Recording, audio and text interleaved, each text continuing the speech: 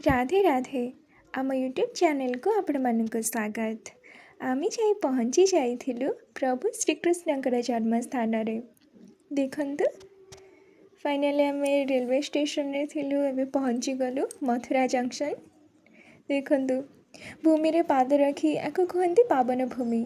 पावन भूमि रे पाद रखिले इत्ते खुशी लगे। प्रभु स्वयं ही स्थान को बाछिछंती निज जन्म स्थान रूपरे।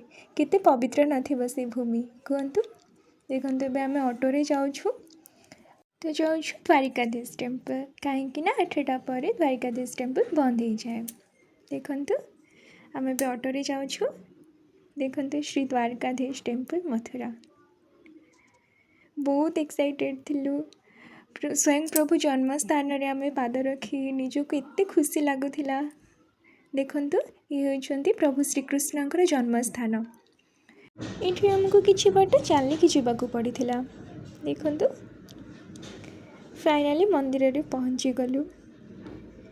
कितने सुंदर मंदिर, बहुत यूनिक मंदिर। देखंतु फाइनली आम मंदिर भीतर को प्रवेश करुछु। मंदिर रे इत्ते खुशी लगे कहीं मंदिर वातावरण बहुत शुद्ध थाए।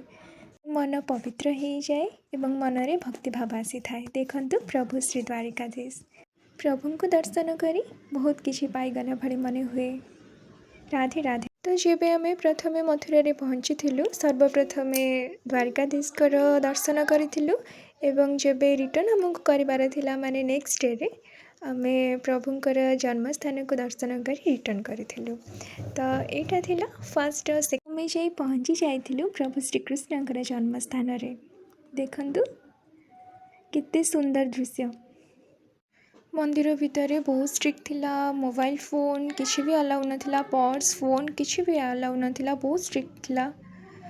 तो आमे भितर कौन सी फोटो भी कैप्चर करूँ, केवल बाहर ही फोटो किसी कैप्चर कर प्रभुंकर जन्मस्थान रे। देखंतु आपण जानिछंती मध्य बहुत सारा जहाँ भी प्रभुंकर जो भली कारागार थिला जन्म समय रे से समस्त प्रकार से भली सब दृश्य आपण देखा पाइबे। बहुत किछि नुआ नुआ जिनस देखिए। प्रभु श्रीकृष्णकर जो कोठरी रे जन्म ग्रहण करथिले से कोठरी मध्य रही से मध्य बहुत किछि जिनस पाइबे। बहुत खुशी लगी सबू किछि देखी, बहुत नुआ नुआ लगुला। एवं मंदिर मध्य प्रसाद भी दि जाऊँगी जहाँकि फ्री ऑफ कॉस्ट समस्ते खाई पाई परिबे। एवं प्रसाद भी बहुत टेस्टी थिला। जेहेतु आमको से दिन रिटर्न करिवार थिला तो आमे तो बहुत किछि जगह रहीगला, जमती कि गोवर्धन पर्वत भ्रमण परिक्रमा करवा एवं निधिवन देखा से सब रही जाइछि। तो निश्चय ट्राए करबू नेक्स्ट टाइम गले बहुत किछि दर्शन। किंतु आमे सब मेन माने प्रमुख स्थान सब दर्शन करिछु, जेमति कि हमर द्वारिकाधीश मंदिर, बांकी बिहारी मंदिर, चारिधाम दर्शन करिछु, तापरे प्रेम मंदिर दर्शन करिछु एवं प्रभुंकर जन्मस्थान मध्य दर्शन करिछु। तो केवल रही जाइछि गोवर्धन मंदिर परिक्रमा करबा एवं निधिवन दर्शन करबा। तो नेक्स्ट टाइम गले से सब दर्शन करबा को इच्छा होछि। तो नेक्स्ट टाइम गले सब मंदिर दर्शन करदेबु, जहाँ भी किछि रही जाइछि से सब मंदिर दर्शन करबा।